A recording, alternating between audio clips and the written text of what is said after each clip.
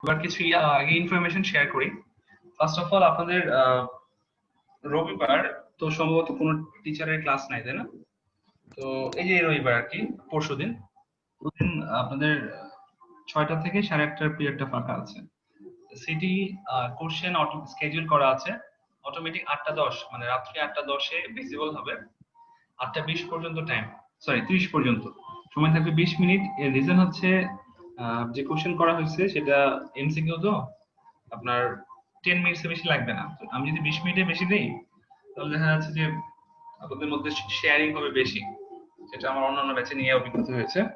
তো যতটুকু টাইম লাগবে তার থেকে কম দেনি, 5 মিনিট হলেও বেশি দিয়েছি। তো যদি কেউ টাইমলি ক্লাস টেস্ট না দিতে পারেন সেটার জন্য আমাকে কেউ ফোন করবেন না, আগে জানা দেওয়া হয়েছে। লাগলে আপনি থার্ড ক্লাস টেস্ট দিবেন, মানে যার প্রবলেম হবে। ঠিক আছে? এক্সামটা কবে বললেন স্যার? এটা ছিল ক্লাস। এক্সাম তো আগের থেকে ঠিক করা আছে, রবিবার না 6 তারিখ, কোন সন্ধ্যায় ছিল। আপনাদের অনেকের সুবিধার্থে এটা রাত 8টা 10-এ করেছে, ও আচ্ছা, তাই না আরিফ? এটা এটা কি অটোমেটিক্যালি সাবমিট হবে নাকি স্যার আমাদের সাবমিট করতে হবে? না না, অটোমেটিক দেয়নি, আপনাকে জাস্ট সাবমিটে ক্লিক করলেই হবে। আপনার যদি এক্সট্রা কোনো ফাইল ইনসার্ট করতে হতো লাইক ইমেজ বা কোনো কিছু, তাহলে আপনাদের নেটওয়ার্ক প্রবলেম করতো। এখানে কোনো প্রবলেম হবে না, জাস্ট একটা ব্রাউজ, একটা ক্লিক। না এর আগে স্যার আমরা দিয়েছিলাম তো যে সময় হলে অটোমেটিক্যালি সে নিয়ে নিত আর কি, দিছি পারি আর না পারি আর। ওটা হচ্ছে কনফিগার করে দিলে হয়ে যাবে, ওটা করে নিয়েছে। ঠিক আছে, যদি প্রয়োজন হয় করে দেবো, সমস্যা নেই। এই ছিল আপনাদের হচ্ছে ক্লাস টেস্টের ব্যাপারটাতে ওই যে আগে অনেক আগে শেয়ার করেছিলাম আর কি, আগামী রোববারের ডেটটা শেয়ার করেছিলাম। ওই আপনি যেভাবে টাইম বলেছিলেন 8টা থেকে 8টা 45 শেয়ার করছিলাম আর কি টাইমটা, ওইটা এডিট করে দিতে হবে আর কি। এমনি ডেটটা বলা হয়েছে সবাইকে, আমি এক্স্যাক্টলি ডেট তো বলা হয়েছে, ডেট ওটাই। এন্ড 45 মিনিট বলেছিলাম, কিন্তু আমি কোশ্চেন করে দেখতে পেয়েছি এটা 45 মিনিট লাগবে না, এবং ওই পরিমাণ সময় দিলে আমার কোশ্চেনের মানে অ্যানসার হয়ে যাবে অনেক। সো যেটা আমার কাছে ঠিক মনে হচ্ছে দিয়েছে। হ্যাঁ, ঠিক আছে।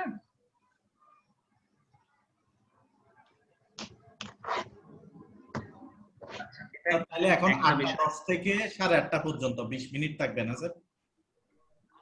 আপনারা দা বটি কুড়াল যা থাকে সবকিছু নিয়ে 8টা থেকে প্রিপেয়ার থাকবেন, যার কাছে যে অস্ত্র আগে থেকে মেগাবাইট কিনে তাহলে হবে। জি স্যার। লাগলে 2টা 3টা ফোন নিয়ে নেবেন, একটা কাজ না করলে 2টা থেকে চাপবে।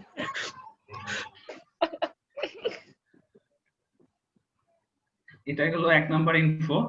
সেকেন্ড ইনফো হচ্ছে আপনাদের ভিকে ম্যাথের বইয়ে ফিউজ নামে একটা চ্যাপ্টার আছে, চ্যাপ্টার 20।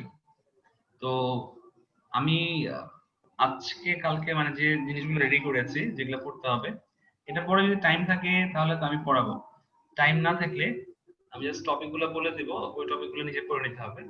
আর ওটা এত ইজি যে একটা কোনো প্রবলেমই হওয়ার কথা না পড়তে। তো যদি কখনো ভুলে যাই আমি লাস্ট ক্লাসে শেষ করার আগে, আমাকে একটু মনে করে দিবেন, স্যার ফিউজের কথা বলছিলেন, একটু বলে দিন যে কত কি করতে হবে। ওকে?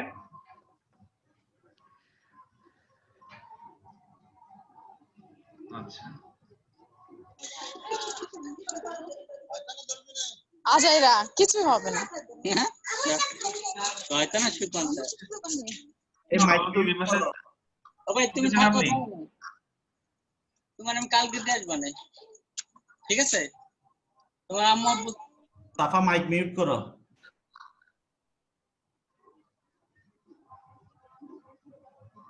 ওকে, আজকে আমরা সিলেবাস অ্যানালাইসিস করে যেটা দেখলাম যে মোটামুটি ইম্পর্টেন্ট টপিক শেষ হয়ে গেছে, শুধু সার্কিট ব্রেকারের কিছু ছুটে যাওয়া টপিক এবং শর্ট সার্কিট নিয়ে কিছু কথা, জাস্ট মিসেলিনিয়াস কয়েকটা টপিক আছে। তো আমরা যে কটা ক্লাস পাবো চেষ্টা করবো সেগুলা টাচ করার। এবং আরেকটা বিষয়, যারা এখান থেকে পাস করে বের হওয়ার পর টিচিং এর জন্য কোনো প্রাইভেট ভার্সিটি বা গভর্নমেন্ট যেখানে কেউ ট্রাই করবেন তাদের, এবং যারা পাওয়ার সেক্টর কিংবা ওয়ালটন মানে যে কোনো ডিপার্টমেন্টাল ট্রিপল এর জবের জন্য ট্রাই করবেন, তাদের সবার জন্যই কিছু ম্যাথ প্রচুর লাগবে। এর মধ্যে হচ্ছে ওই শর্ট সার্কিটের ম্যাথ লাগবে আপনার, এবং পাওয়ার ফ্যাক্টর কারেকশন। এবং আমি যতটুকু জানি আপনাদের মনে হয় পাওয়ার ফ্যাক্টর কারেকশন অন্য প্রিভিয়াস সেমিস্টারে হয়ে গেছে না? এটা তো পড়ানোর কথা।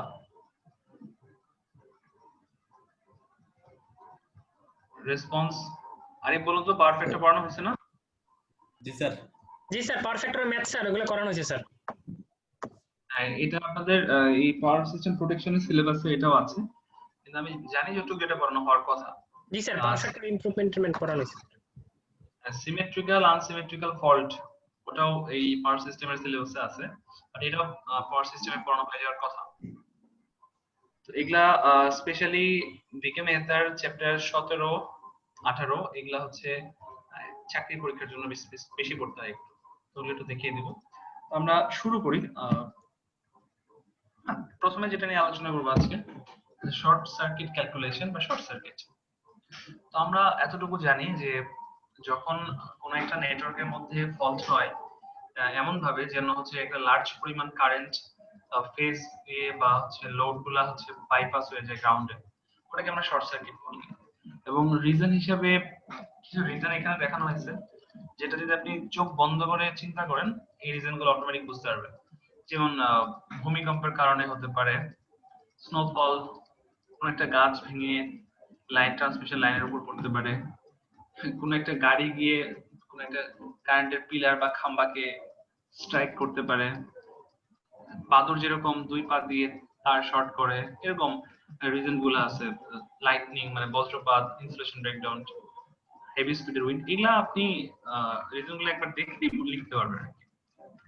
তো এগুলা থেকে আমরা যেটা বুঝতে পারছি যে শর্ট সার্কিট কত রকমের হয়, সিমেট্রিক্যাল আনসিমেট্রিক্যাল, সিমেট্রিক্যালকে আবার কয়েকবার আনসিমেট্রিক কয়েকবার ভাগ করা যায়, সেটা আমরা ওই বই অলরেডি পড়েছিলাম।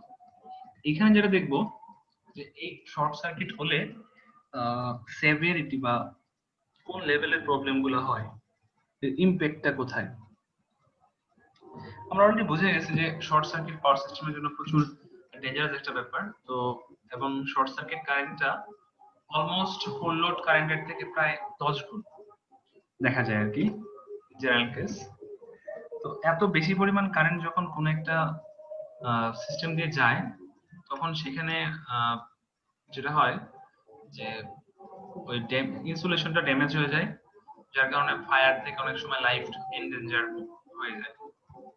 সো এগুলা কিছু ব্যাপার আছে। ইভেন এক্সেসিভ এই টেম্পারেচার রাইজের জন্য আইস স্কয়ার লস হয় প্রচুর, এগুলো আমরা জানি। সো এটা আপনারা চোখ বুলাবেন। কারেন্ট ট্রান্সফরমার এখানে দিয়েছি বিকজ ফাইনাল সিলেবাসে আছে, এটাও একটু দেখতে যদি নেক্সট ইনফরমেশন পান। এতটুকু এখান থেকে আমরা। আচ্ছা, এখানে কিসের গান? আপনারা কি গানের সাউন্ড শুনতে পাচ্ছেন? জি স্যার। জি স্যার। এটা কি ভাষার গান? মানে ভোজপুরি না তামিল? ভাষাটা ক্লিয়ার বোঝা যাচ্ছে।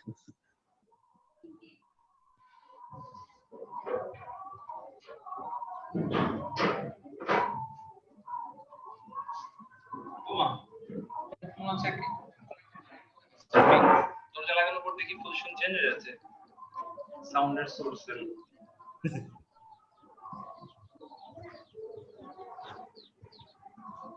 একটু ভালো গান বাজালে বুঝতে পারবেন। ওই থেকে আসতেছে এগুলো sound.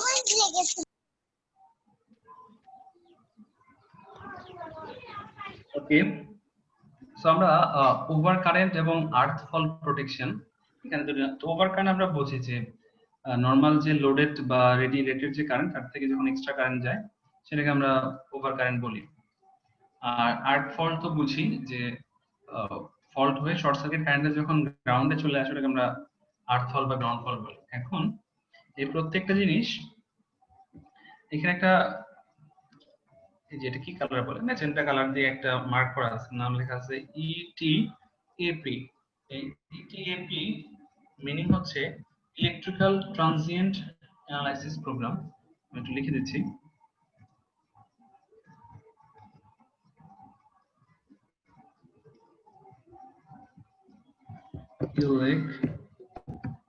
Electrical transient analyzer program। আপনাদের অনেকেরই হয়তো প্রোটিয়াস বা ম্যাটল্যাব নিয়ে কাজ করার অভিজ্ঞতা আছে। এটাও ওগুলোর মতো একটা সিমুলেশন সফটওয়্যার, যেটা মেইনলি কয়েকটা কাজ করে থাকে। এর মধ্যে একটা হচ্ছে যে এটা এমন একটা সিমুলেশন সফটওয়্যার যেটা ইলেকট্রিক্যাল নেটওয়ার্কের মডেলিং এর কাজে ব্যবহার করা হয় এবং আহ, এটা নরমালি পাওয়ার সিস্টেম ইঞ্জিনিয়াররা ইউজ করে থাকে। আর এটা দিয়ে তিন টাইপের জিনিস আমরা নরমালি দেখতে পারি। একটা হচ্ছে সিস্টেমের ডিনামিক্সটা আমরা দেখতে পারি, সিস্টেম ডিনামিক্স।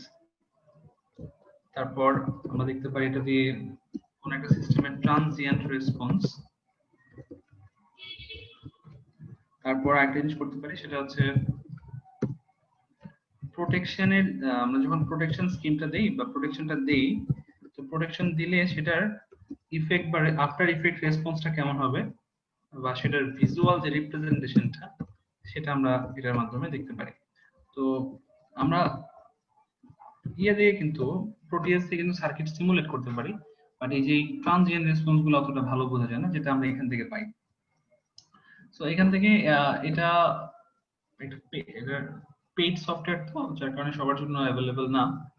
এতটুকু জানা থাকবো যে আমরা এই আমি যে এখানে স্লাইড এটা দেখাচ্ছি পিডিএফটা, তারা যে অ্যানালাইসিসটা করছে সেটা হচ্ছে এই ইলেকট্রিক্যাল ট্রানজিয়েন্ট অ্যানালাইজার প্রোগ্রাম নামে একটা ইলেকট্রিক্যাল সিমুলেশন সফটওয়্যার, যেটা নরমালি এই পারপাস গুলো সার্ভ করে। এটার উপর জানলেই চলবে। দ্বিতীয়ত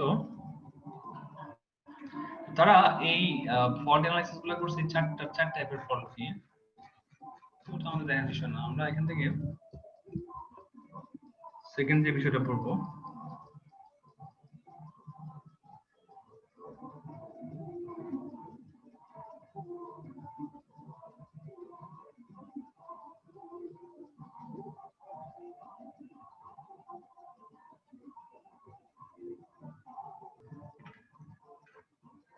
জি স্যার, দেখা যাচ্ছে।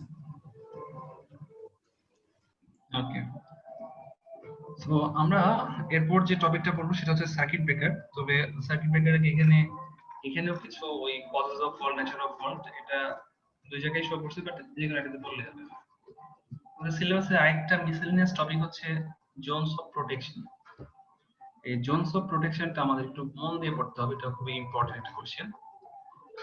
সেটা হচ্ছে আমরা পাওয়ার সিস্টেমের এক বা একাধিক যে কম্পোনেন্টস গুলো আছে, সেই কম্পোনেন্ট গুলার যেসব জোনে জোনে ভাগ করে আমরা প্রোটেকশনটা দেই, সেটাকে আমরা জোনস অফ প্রোটেকশন বলি। যেমন আমাদের কোন একটা বাউন্ডারি জোনের ভিতরে যখন কোন একটা ফল্ট হয়, তখন ওই প্রোটেকশন সিস্টেম যেটা করে সেটা হচ্ছে ওই জোনের মধ্যে যেটা আমি, যেমন আমি এই জোন 1টা চিন্তা করি, এই জোনের মধ্যে আমার এটা হলো আমার প্রোটেক্টিং ইকুইপমেন্ট, প্রোটেক্টিং না, হ্যাঁ মানে এটাকে আমি প্রোটেক্ট করতে চাই, এটাকে আমি প্রোটেক্ট করতে চাই, প্রোটেক্টেড ডিভাইস। আর এটা দিয়ে আমি প্রোটেক্ট করব মানে সার্কিট ব্রেকার।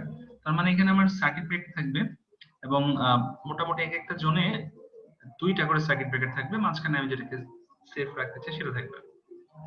তো এটা যেটা করে যে এই সার্কিট ব্রেকার এটা ইনসার্ট করা থাকে ওই প্রত্যেকটা জোনের ভিতরে 2টা করে, এবং যখন কোনো একটা জোনের মধ্যে ফল্ট হয় তখন ওই জায়গার মানে এটাকে বলে সিলেক্টিভিটি, যে ওই জোনের সার্কিট ব্রেকারটা যেন সবার আগে রেসপন্স করে। এখন আমরা দেখতে পাচ্ছি যে এই সার্কিট ব্রেকারটা, যেমন এটা কথা যদি ধরি, এটা কিন্তু জোন 3 তেও পড়েছে, জোন 2 তেও পড়েছে, মানে একটা জোনটা ওভারল্যাপ হয়েছে। তো এই ওভারল্যাপটা ইন্টেনশনালি করা হয়। এখানে একটা লাইন লিখছি, the neighboring zones of protection are made to overlap, যেন সেটা মানে হচ্ছে আমার এই প্রোটেকশনটা এনশিওর করতে পারে যে কোনো একটা পার্টি মানে ওই আমার পুরো কোনো পার্টি আমার না যায়। না আমরা আনপ্রোটেক্টেড থেকে না যায়। এর জন্য আমরা অনেক ক্ষেত্রে ওভারল্যাপ করি, কিন্তু আমরা ওভারল্যাপ করতে পারি কিন্তু আনপ্রোটেক্টেড রাখতে পারি না। এখন একটা ব্যাপার হচ্ছে এখানে একটু ডেড জোন বলে একটা ব্যাপার আছে। আমার যদি জোন অফ প্রোটেকশন দিতে যে এমন কোন জোন থাকে যে জোনের মধ্যে কোনো প্রোটেকশন নাই, ফাঁকা রয়ে গেছে, ওটাকে আমরা বলি ডেড জোন বা ফাঁকা জায়গা। ওকে, যেটা আমরা সার্কিট ইসের ক্ষেত্রে পাওয়ার সিস্টেমে কখনোই এক্সপেক্টেড না যে কোনো ডেড জোন থাকুক।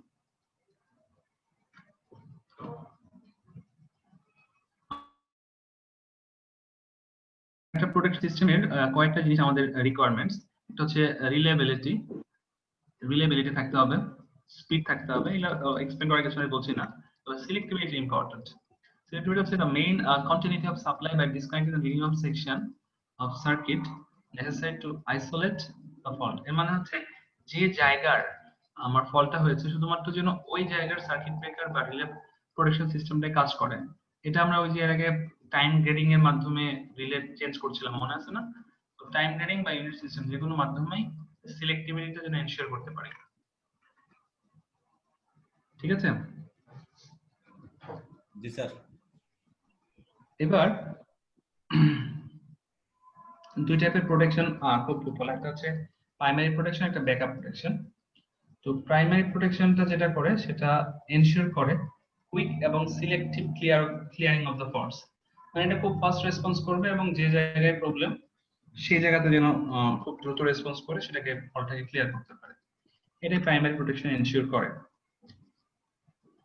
তো প্রাইমারি প্রোটেকশন ফেল করতে পারে নিম্নোক্ত কারণগুলোর জন্য। একটা হচ্ছে রিলের কারেন্ট বা ভোল্টেজ যদি কোনো কিছু সাপ্লাই বন্ধ হয়, ভোল্টেজ সাপ্লাই যে ডিসি ট্রিপিং হয়, protective relay circuit tripping size থাকে, এগুলো যদি হচ্ছে ব্রেক করে তাহলে হচ্ছে আমার এই প্রাইমারি প্রোটেকশনটা বিঘ্ন হতে পারে। সেকেন্ডলি হচ্ছে ব্যাকআপ প্রোটেকশন। এটা হচ্ছে নাম দেখে বুঝতে পারছি, এটা হচ্ছে ব্যাকআপ মানে এক্সট্রা সেফটির জন্য এক্সট্রা জিনিস। এটা এখান থেকে লেখা আছে যে backup protection is the name given to a protection which backs the primary protection, যেটা প্রাইমারি প্রোটেকশনকে ব্যাকস দেয়, এক্সট্রা সাপোর্ট দেয় আর কি। সেকেন্ডারি যেটা সেকেন্ডারি কি বলে, এটা কি প্রাইমারির সাথেই থাকে স্যার? হ্যাঁ প্রাইমারির সাথেই থাকে, তবে সব জায়গায় না, যে জায়গায় আমার সেফটি এনশিওর করাটা বেশি জরুরি সেখানে এক্সট্রা হিসেবে দেওয়া হয়। জি স্যার বুঝছি। এই দেখেন, the design of the backup protection needs to be coordinated with the design of the primary protection। ঠিক আছে? আমরা এবার আসছি সার্কিট ব্রেকারে। তো সার্কিট ব্রেকারের ডেফিনিশন বা কিভাবে কাজ করে সেটা আমরা বই থেকে যে স্লাইড করেছিলাম সেখানে মোটামুটি পড়েছি, ওটা ম্যাটার না, পারবো আমরা। তো এখানে কিছু প্রিন্সিপাল আছে যে সার্কিট ব্রেকার যেটা করে,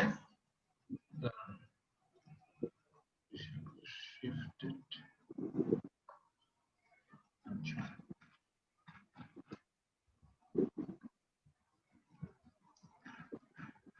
সার্কিট ব্রেকারের মেকানিজমের মধ্যে নরমালটা তোমরা পড়েছিলাম, এখানে একটা বিষয় চিন্তা করতে হবে যে আপনার যখন কোন একটা ফল্ট হয় তখন হাই ম্যাগনিটিউডের কারেন্টটা ফ্লো করে।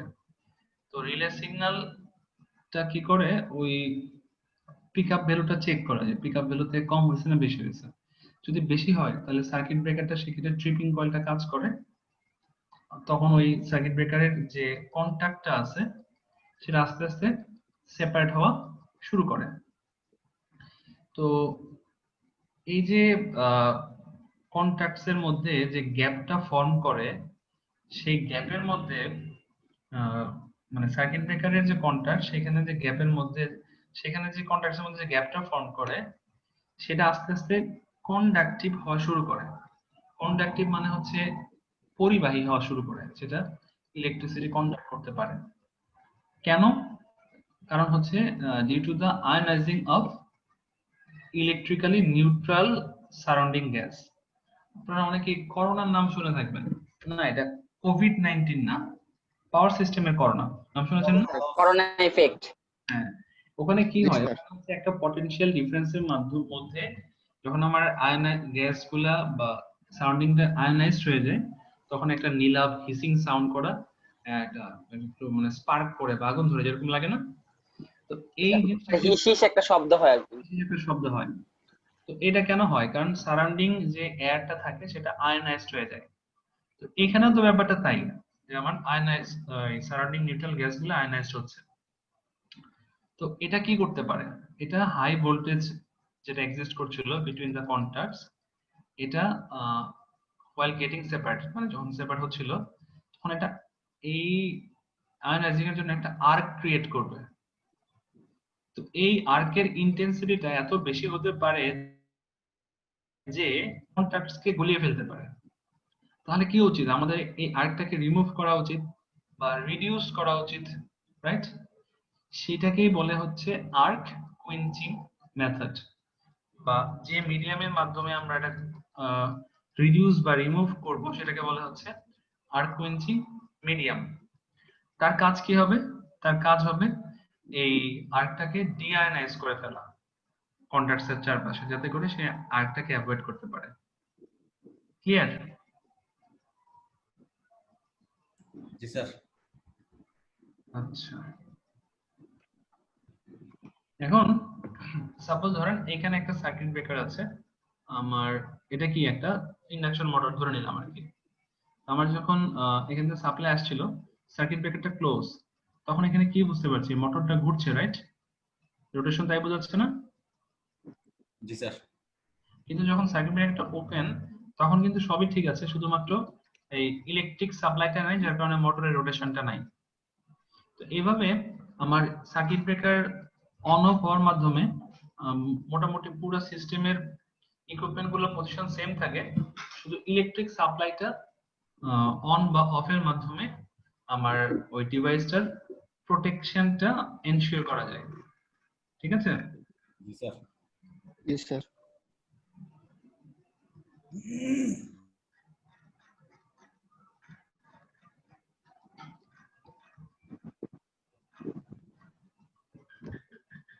আচ্ছা,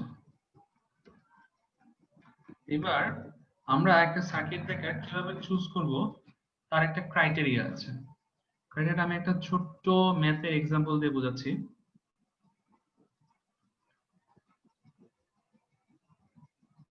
ওকে, সাপোজ একটা an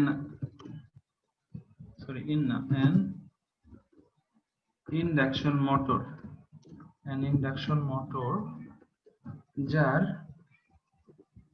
পাওয়ার P, সেটা হচ্ছে মনে করেন 40 কিলোওয়াট, এবং যার ধরে নেন ভোল্টেজ হচ্ছে আমার 400 ভোল্টেজ। ঠিক আছে? আমি যদি বলে দেই যে এই ইন্ডাকশন মোটরের পাওয়ার ফ্যাক্টর হচ্ছে 0.8, তাহলে আমি বলে দিলাম যে এই ইন্ডাকশন মোটরের জন্য যে আমি সার্কিট ব্রেকারটা ইউজ করব, সেই সার্কিট ব্রেকার রেটিংটা কেমন হবে, বা যদি আরেকটু মেনশন করে বলি, সার্কিট ব্রেকারের কারেন্ট রেটিংটা কেমন হবে। এটা হচ্ছে আমার চাওয়া কোশ্চেন। এটা যেটা করতে হয়, ফার্স্ট অফ অল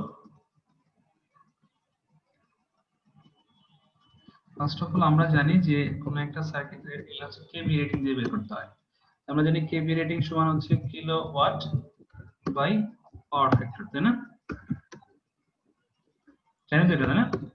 তো কিলোওয়াট আছে 40, পাওয়ার ফ্যাক্টর আছে 0.8, ভাগ করলে কত পাবো? 40। এই যে আমার কিলোওয়াট মানে অ্যাক্টিভ পাওয়ার ছিল, রিয়েল পাওয়ার ছিল 40 কিলোওয়াট, আর পাওয়ার ফ্যাক্টর বলেছে 0.8, তাহলে কি আমার কেভি রেটিং 50 হবে না? 50 কেভিএ। জি স্যার, 50 কেভিএ। 50 কেভিএ। এখন আমি যদি এটার কারেন্ট রেটিং বের করতে চাই, current rating of circuit breaker মানে সিভি, তাহলে একটা বিষয় হচ্ছে যে আমার ফার্স্ট অফ অল এই পাওয়ার, এটা কেভি এর বের করলাম, সেটা যদি আমি কেভি কে এর জন্য 1000 এমন করলাম, ভাগ আমার ভোল্টেজ কত আছে 400 ইনটু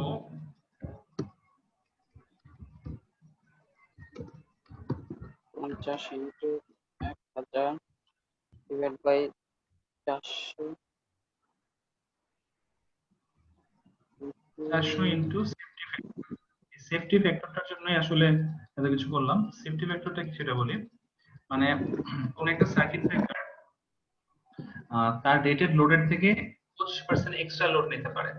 মানে রেটেড মানে কি 100%, তো 100% এর থেকে সে 25% এক্সট্রা নিতে পারবে, এটাকে বলে 125%। তো আমি যদি ক্যালকুলেটরে এই 50,000 কেভিএ ভাগ 400, তার মানে 125 আসে, তাই না? করে দেখতে পারেন। 125 এটুক দেখেন এই যে 50 কেভিএ ভাগ 400 কত আসে? তা এটা তো আসে হচ্ছে আমাদের 1000 125 আছে স্যার, 125 ইন্টু 1 পয়েন্ট আমাদের 125 আসে। 125 আসে, আমি জানি। ঠিক আছে, 125 যদি হয় তাহলে আমি এই দুটো গুণ করলে কত পাচ্ছি? 156 156.25 156.25 এক্স্যাক্টলি। তাহলে এখন আপনি যখন বাজার থেকে এটা কিনবেন, সার্কিট ব্রেকারটা কিনবেন, আপনার যেটা করতে হবে সার্কিট ব্রেকার কিনতে হবে 160 অ্যাম্পিয়ারের। কারণ হচ্ছে 156 তো আর পাবেন না। তো সবসময় এগুলা হচ্ছে একটা রাউন্ড ফিগারে হয়। যেমন আপনার যদি কখনো সার্কিট ব্রেকারের মান আসে 96 সামথিং, আপনি কতটা কিনবেন বাজার থেকে? 100 অ্যাম্পিয়ার। ঠিক আছে, এখন সার্কিট ব্রেকার জন্য সবসময় 1/4 লোড বেশি নিতে পারে, মানে 25% লোড বেশি নিতে পারে। তাই সার্কিট ব্রেকারের সেফটি ফ্যাক্টর সবসময় 1.25 বা 125%। ঠিক আছে? জি স্যার। Okay.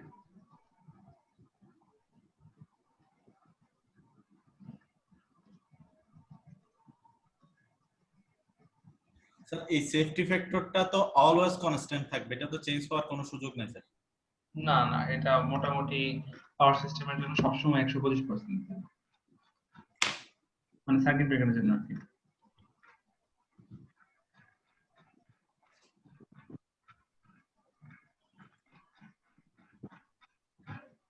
যখন শর্ট সার্কিট অ্যানালাইসিস করছিলাম ওখানে একটা টপিক, কিছু টপিক ক্লাস আছে, সেটা হচ্ছে এই শর্ট সার্কিটের অ্যানালাইসিস করতে হবে। অ্যানালাইসিস করার মানে হলো এটার যখন শর্ট সার্কিট হয়, শর্ট সার্কিটের কারেন্ট বা শর্ট সার্কিট অবস্থায় কেভিএ রেটিং কেমন সেগুলো একটু পড়তে হবে। আর এখানে ওভারলোড আর শর্ট সার্কিট দুটো এক জিনিস না, এগুলার পার্থক্যগুলো মাথার মধ্যে ভালো করে নিতে হবে। অন্যান্য ভাইভাতেও আসে, ইভেন অ্যাটলিস্ট আমার ভাইভাতে অবশ্যই জিজ্ঞেস করবো, সেগুলো ভালো করে একটু রিডিং দিবেন, দিলেই বুঝতে পারবেন আর কি কোনটা পার্থক্য কি কোনটা কি। এই জন্য এটা আমি চুজ করেছি, বেশ ভালোভাবে লিখেছি। তো শর্ট সার্কিট কেন হয় সেইগুলা মোটামুটি চোখ বলাবেন এগুলা, মানে এটা বলার কিছু নাই অ্যাকচুয়ালি, যে আমার যখন কোন একটা সিস্টেমের মধ্যে ওভার ভোল্টেজ হয়, সুইচিং বা লাইটনিং এর কারণে, সেটার কারণে শর্ট সার্কিট হতে পারে। তারপরে আপনার ইনসুলেশনটা ব্রেকডাউন হতে পারে, এটসেট্রা এটসেট্রা।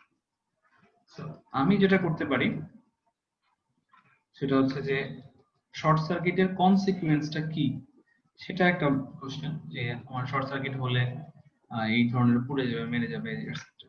এখানে শর্ট সার্কিটের টাইম দেখানো হয়েছে, সেটা আমরা বই থেকে পড়েছিলাম, বাট এখানে ভিজুয়াল রিপ্রেজেন্টেশনটা একটু বেটার। সেখানে দেখতে পাচ্ছি একটা লাইন শর্ট করা আছে, ডাবল লাইন, একটা line short, double line short, etcetera. So এখানে একটা পরিমাণ দিয়েছি যেটা বইও আছে, এত থেকে। তো আমরা এটা সবথেকে বেশি ফ্রিকোয়েন্টলি হয়, আর এটা মোটামুটি কম হয়, তবে এটা সবথেকে বেশি সেভিয়ার। কারণ আমার 3টা ছেলে আছে, আমার এই 3জনই মারা যায়, আমার কষ্ট সব থেকে বেশি। বাট আমার ছেলে 3টা, মারা গেছে একটা, কষ্ট কিছু হলেও কম, এবং এই ঘটনাই বেশি ঘটে। জিনিসটা রূপক অর্থ বললাম, এরকম চিন্তা করতে পারে। তো মূলত শর্ট সার্কিট থেকে আমরা যেটা করবো সেটাকে বলা হচ্ছে শর্ট সার্কিট ক্যালকুলেশন। সেটা হলো, আমি ধরে নেন যে আমার এই যে ওয়্যারটা ইউজ করছি, এই টোটাল ওয়্যারের রেজিস্ট্যান্স হচ্ছে আর টি, মানে টোটাল রেজিস্ট্যান্স। তো আর যদি আমার এফ পয়েন্টে ফল হয়, তাহলে ইনিশিয়াল থেকে এই এফ পয়েন্ট পর্যন্ত যে লেন্থ, তার ফ্রিকোয়েন্সি মনে করেন আর এফ। আর এই সিস্টেমের ভোল্টেজ যদি হয় আমার ভি, সিস্টেম ভোল্টেজ যদি হয় ভি, আর ফুল লোড কারেন্ট যদি হয় আই, তাহলে সেখান থেকে বলতে পারি না যে এই যে এখানে আর টি আছে, আর টি ইকুয়ালস টু অ্যাকচুয়ালি হলো ভি বাই আই। রেজিস্ট্যান্সটা কি, ভোল্টেজকে কারেন্ট দিয়ে ভাগ করলে হয়, তাহলে আর টি পরিবর্তে ভি বাই আই হয় না? আচ্ছা হয়। আরেকবার বলেন স্যার। আরেকবার আমার যেখানে আরটি লেখা আছে, আরটি কে বলতে পারি না ভোল্টেজ বাই কারেন্ট টোটাল। জি স্যার। জি স্যার। এখন দেখেন এখানে পার্সেন্টেজ অফ আর আছে, পার্সেন্টেজ অফ আর মানে রেজিস্ট্যান্সের কত পার্সেন্ট আমি এখানে নিচ্ছি। তো এতটুকু পর্যন্ত যদি দেখি তাহলে উপরে হচ্ছে আমি এই ফল্ট পর্যন্ত যে এটা নিলাম সেটা আরএফ, আর নিচে হচ্ছে টোটাল রেজিস্ট্যান্স আরটি, তার মানে আরএফ বাই আরটি ইনটু 100, তাহলে কি পার্সেন্টেজ হয়ে গেল না রেজিস্ট্যান্সটা? জি স্যার আরএফটা কি বলেছিলেন স্যার? আরেকটা হচ্ছে এই যে ইনিশিয়াল থেকে ফল্ট পজিশন পর্যন্ত যে রেজিস্ট্যান্সটা সেটা, মানে এটা হলো পুরোটা তার, এই তারের এতটুকু পয়েন্ট পর্যন্ত দেখলে যে রেজিস্ট্যান্স পাবো সেটা, আর এটা হলো আমার টোটালটা রেজিস্ট্যান্স। ক্লিয়ার? জি স্যার। তাহলে আমরা পার্সেন্টেজ কিভাবে বের করি, যে যতটুকু পার্সেন্টেজ দেখতেছি ভাগ হলো টোটালটা, টোটাল আরটি বাই হচ্ছে উপরে আরএফ, ঠিক না? এখন এখানে যে আরটি আছে সেই আরটি পরিবর্তে আমি ভি বাই আই লিখতে পারি, তাহলে তাই করেছি। এই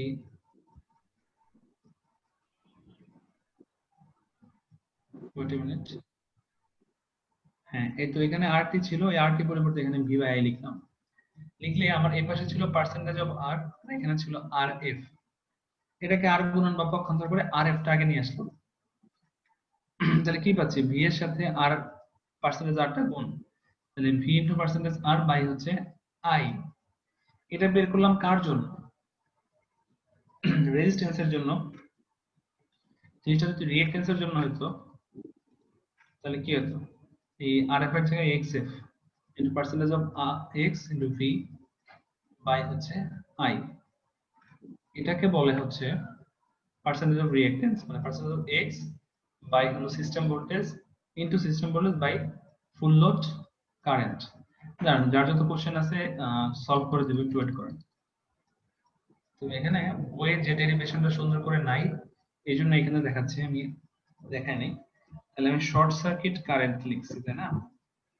শর্ট সার্কিট কারেন্ট সমান লিখছি হলো সিস্টেমের যে ভোল্টেজ মানে ভি বাই হলো ওই সিস্টেম ওই ফল্ট পয়েন্ট পর্যন্ত যে রিঅ্যাকট্যান্সটা এক্স এফ।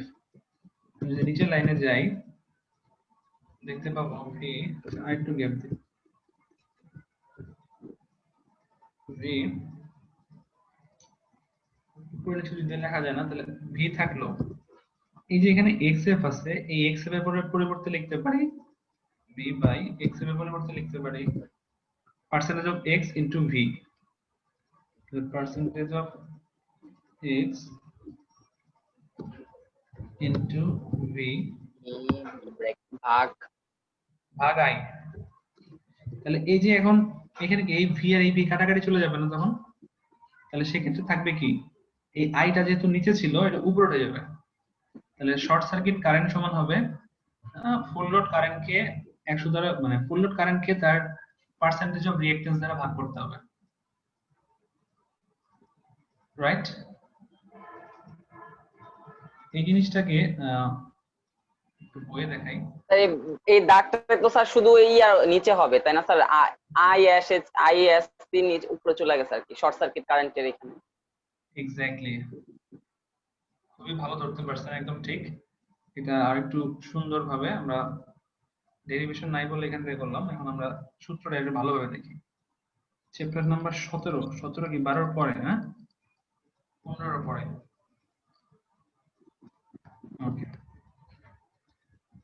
পেয়ে গেছি আমরা। এই হচ্ছে আমার একটি শর্ট সার্কিট কারেন্ট, এটা কি ফুল লোড কারেন্টকে, স্ক্রিন কি দেখা যাচ্ছে না? হ্যাঁ, জি স্যার। ফুল লোড কারেন্টকে তার পার্সেন্টেজ অফ রিঅ্যাকট্যান্স দ্বারা ভাগ করছে। এখানে 100 দেওয়ার রিজন হচ্ছে এই পার্সেন্টেজের জন্য। ওকে, একইভাবে আমি যদি শর্ট সার্কিট কেভিএ বের করতে চাই তাহলে ওই বেস কেভিএ যেটা হবে সেটাকে তার পার্সেন্টেজ অফ রিঅ্যাকট্যান্স দ্বারা ভাগ করতে হবে। তো এই কনসেপ্টটা দিয়ে আমরা কিছু ম্যাথ করতে হবে যেগুলো প্রচুর পপুলার, সব জায়গাতে আসে। আমরা 1 নাম্বার কোশ্চেনে বলেছিল যে 17.8 নাম্বার ফিগারে যে সিঙ্গেল লাইন ডায়াগ্রামটা আছে সেটার শর্ট সার্কিট কারেন্টটা বের করতে হবে এর পয়েন্টে। আমরা ফিগারটা দেখি, এটা হচ্ছে আমাদের সেই 1 নম্বর ফিগারটা, সিঙ্গেল লাইন ডায়াগ্রাম। এখানে দুইটা অল্টারনেটর আছে, এ একটা বি একটা, প্রত্যেকটা আলাদা কেভিএ আছে। এটা 15000 কেভিএ, এটা 20 কেভিএ, এবং পার্সেন্টেজ অফ রিঅ্যাক্ট্যান্স দেওয়া আছে 30 এটা 50, আর বাস বারের যে ভোল্টেজ সেটা 12000। বলে এখানে শর্ট সার্কিট কারেন্টটা বের করতে হবে। তো এখানে একটা মেথড ছিল, ওটা আমার কাছে ভালো লাগে না, আমার কাছে অল্টারনেটটা বেটার লাগছে।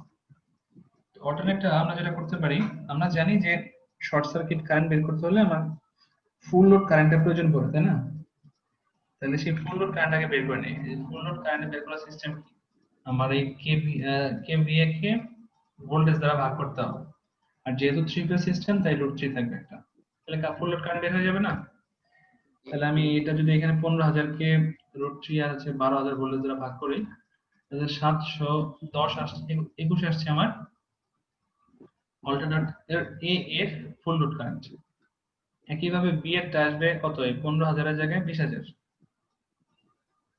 তো সেই অনুযায়ী আমার এটা 962 আসলো বি এর ফুল লোড কারেন্ট।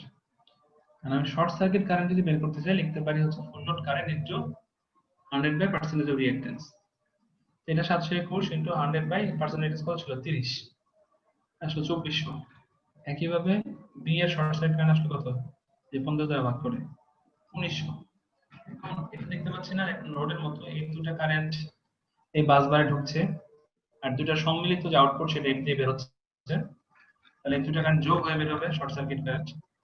এই 2400 আর 1900 মিলে 4300, এটা হচ্ছে আমার শর্ট সার্কিট কারেন্ট। এতটুকু বুঝতে পেরেছি সবাই?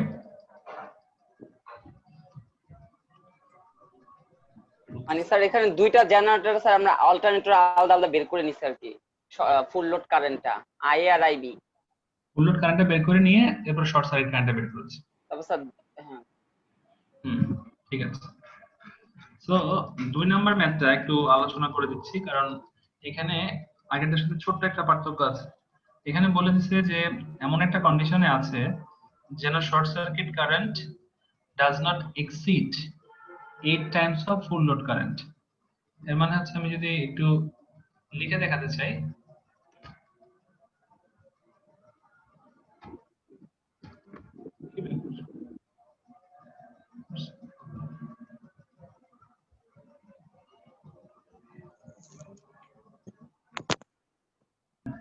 তো আমার শর্ট সার্কিট কারেন্টটা হচ্ছে এই ক্ষেত্রে 8 Times of full load current, ঠিক আছে?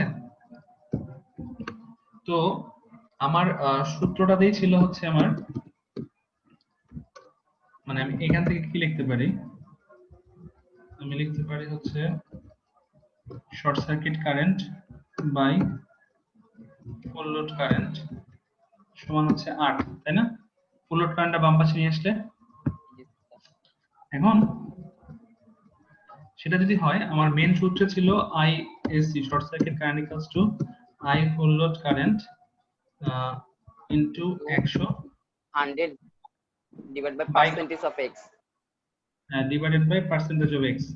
এখন এখানে সবই জানা আছে, শুধু পার্সেন্টেজ অফ এক্স জানা নাই, কারণ আইএসসি বাই আই ফুল কে আমি কি লিখতে পারবো 8, আইএসসি বাই আই ফুল কি লিখতে পারবো 8। সেটা বসে দিলে এখানে এক্স এর মান বের হয়ে যাবে। এক্স এর মানটা কত বের হয়েছে আমরা একটু দেখি, এই যে full load current by short circuit on by, মানে এখানে 12.5। এখন টোটাল পার্সেন্টেজ অফ রিঅ্যাকট্যান্সটা বেড়েছে 12.5, আর প্রশ্ন বলে দিছিল এর মধ্যে ইন্টারনাল রিঅ্যাকট্যান্স হচ্ছে 5.5।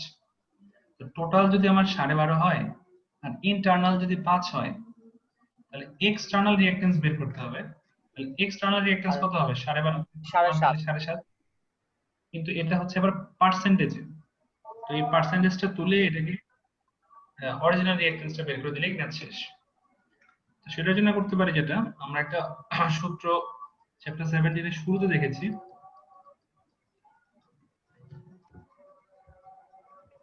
the percentage of reactance equals to Ix by V মনে হয়।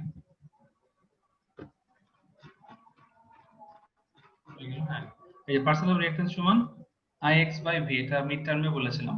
ফুল লোড কারেন্টকে নরমাল রিঅ্যাকট্যান্স দ্বারা গুণ করে সিস্টেম ভোল্টেজ দ্বারা ভাগ করলে পার্সেন্টেজ পেয়ে যাব।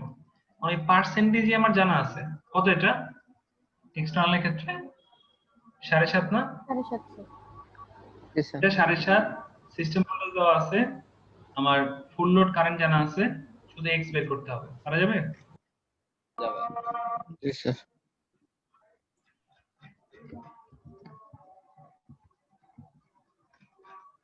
এই তো এটা যেটা বললাম সব দেওয়া ছিল,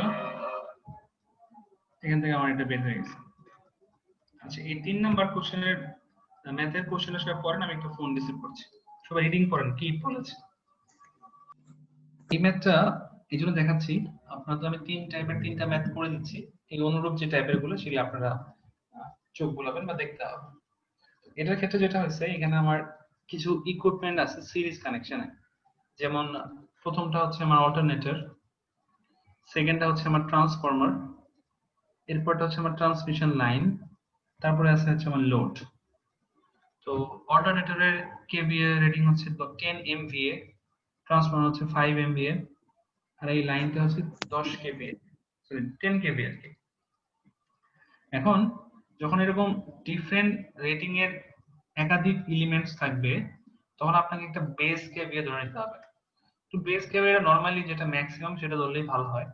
যেমন আমরা 10 MVA আমরা ধরে নিলাম, লেট 10 MVA বা 10,000 কেভিএ হচ্ছে আমাদের বেস কেভিএ। তাহলে সেক্ষেত্রে ওই দেখেন এখানে কিন্তু রিঅ্যাকট্যান্স 10% ছিলই, এটাও 5% ছিল, ঠিক না? এবং এইগুলোর ক্ষেত্রে ছিল না। তো আমরা কিন্তু এখানে ডিরেক্টলি পেতাম, কিন্তু সমস্যা হলো প্রত্যেকটা আলাদা এমবিএ।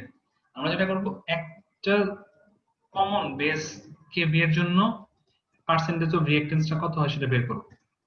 তাহলে আমরা যদি অল্টারনেটরের কাছে দেখি, অল্টারনেটরের তাহলে পার্সেন্টেজ অফ এক্স হচ্ছে আমরা এই বেস কেভিএ কে অল্টারনেটরের কেভিএ দ্বারা ভাগ করতে হবে। তাহলে 10 মানে 10 MVA কে 10 MVA দ্বারা ভাগ করলে 1, মানে অল্টারনেটরের যেহেতু ওটাই বেস তাহলে 10 ই থাকবে। বাট ট্রান্সফরমারের বেলায় আমি 10 মানে 10 MVA কে ভাগ করব কত দ্বারা, 5 MVA দ্বারা, তাহলে উপরে নিচে কাটাকাটি করলে 2, মানে 5 দুগুণে 10, মানে দেখেন বেস চেঞ্জ করার ফলে এটা যেটা হাফ ছিল ডাবল হয়ে যাবে, এটা হচ্ছে 10। এখন আমার ট্রান্সমিশন লাইনের রিঅ্যাকট্যান্স আর রেজিস্ট্যান্সটা বের করতে হবে। এখানে বলা হয়েছিল ট্রান্সমিশন লাইনের ভোল্টেজ 10 kV আর রেজিস্ট্যান্স 1, রিঅ্যাকট্যান্স 4। তো প্রথমে যদি আমি রিঅ্যাকট্যান্স দেখি, এটা আপনারা যখন পার ইউনিট সিস্টেম করছেন ওই ইসের ক্ষেত্রে পাওয়ার সিস্টেমে, আমি ধরে নিচ্ছি সেখানে আপনারা পড়েছেন যে পার্সেন্টেজ শুধু হচ্ছে উপরে কেভিএ ইনটু রিঅ্যাকট্যান্স বাই হলো কেভি স্কয়ার, মানে ভোল্টেজ স্কয়ার ইনটু উপরে থাকে হলো কেভি। তো সেই অনুযায়ী আমার কেভি হচ্ছে 10,000, রিঅ্যাকট্যান্স 4 আর কেভি হলো 10, বলে আমার এটা 40%। সেম সূত্র দিয়ে আমার রেজিস্ট্যান্স আসলো কত, 10%।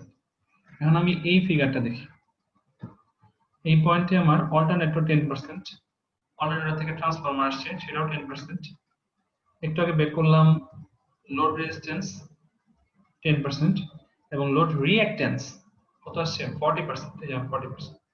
তারপরে আমার F2 পয়েন্টে ফল্ট আছে, এখানে কিন্তু কোশ্চেনে বলেছে ফল্ট দুইবার করছে, একটা হচ্ছে লোড এন্ডে ফল্ট যেটা F2 দেখালাম, একটা হচ্ছে হাই ভোল্টেজ টার্মিনালের ফল্ট, এই যে এটা হলো হাই ভোল্টেজ টার্মিনাল শেষের ফল্ট, এটা হচ্ছে লোডেড সাইডের ফল্ট। আমরা প্রথমে লোডেড সাইডেরটা চিন্তা করি। তো দুটোই করব, তার আগে আমার টোটাল শর্ট সার্কিট কেবি যদি বের করতে চাই, এক নম্বরে কি শর্ট সার্কিট কেবি ছিল, শর্ট সার্কিট কেবি যদি বের করতে চাই তাহলে যেটা করতে হবে যে আমার শর্ট সার্কিট কেবি মানে কি, আমার ফুল লোড কেবিএ কে মানে base kVA K percentage of impedance বা রিঅ্যাকট্যান্স দ্বারা ভাগ করতে হয়।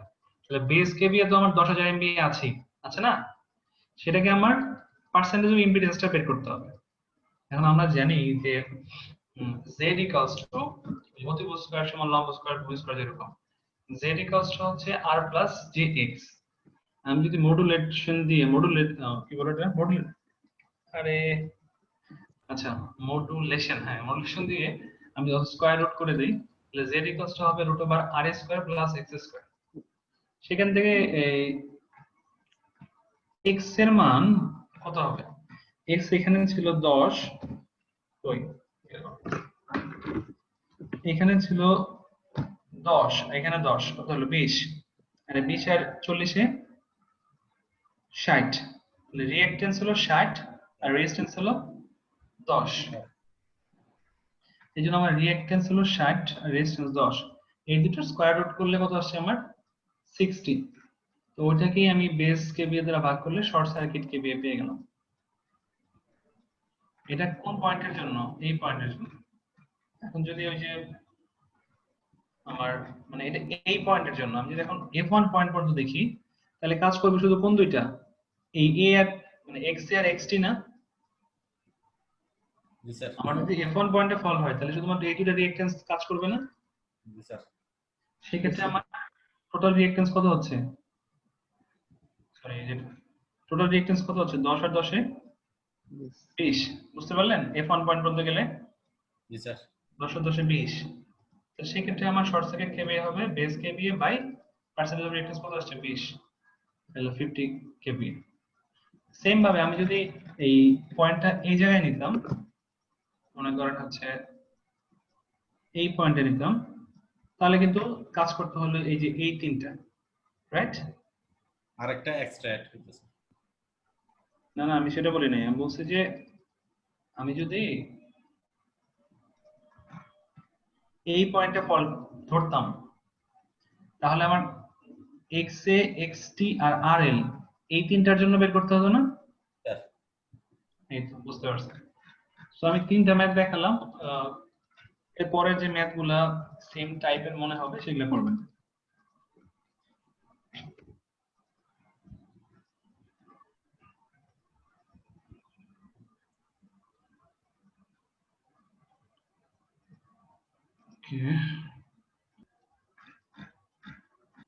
অ্যাটেন্ডেন্স কিন্তু ক্লাসের যে কোনো সময় শুরুতে, শেষে, মাঝখানে হতে পারে এবং অ্যাটেন্ডেন্সটা ম্যানুয়ালি নিব।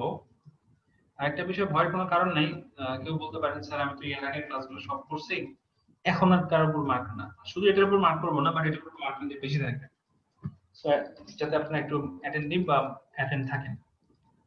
ঠিক আছে? Any more question?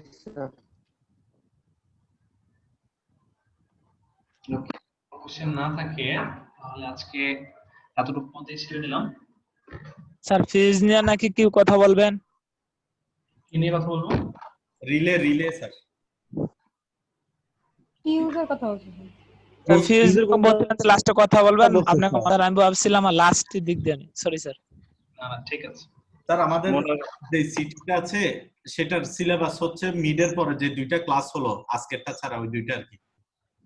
হ্যাঁ, ওটার সিডি যেটা দিবেন সেটা সিলেবাস হচ্ছে ইনস্ট্রুমেন্ট ট্রান্সফরমার একটা, আর হচ্ছে ওই যে বাস বার এবং ট্রান্সমিশন লাইনের যে ফল্ট যেটা পড়ছিলাম আমরা, প্রোটেকশন আর কি, ওই দুইটা। তৃতীয় এবং লাস্ট ক্লাস টেস্ট হবে হচ্ছে যে এখন যেগুলো পড়াচ্ছি এটা এবং নেক্সট ক্লাস মিলে। লাস্টে একটা কি স্যার ভাইবা হবে স্যার? না ভাই, ভাইবা নিতে পারবো না, আপনাদের প্রেজেন্টেশন নিয়েছি, এরপরে মিডিয়া ভাইবা, ফাইনালে ভাইবা এত নেওয়ার পোষাবে না। হয় হচ্ছে অথবা গুগল ফর্ম, যেকোনো একটা।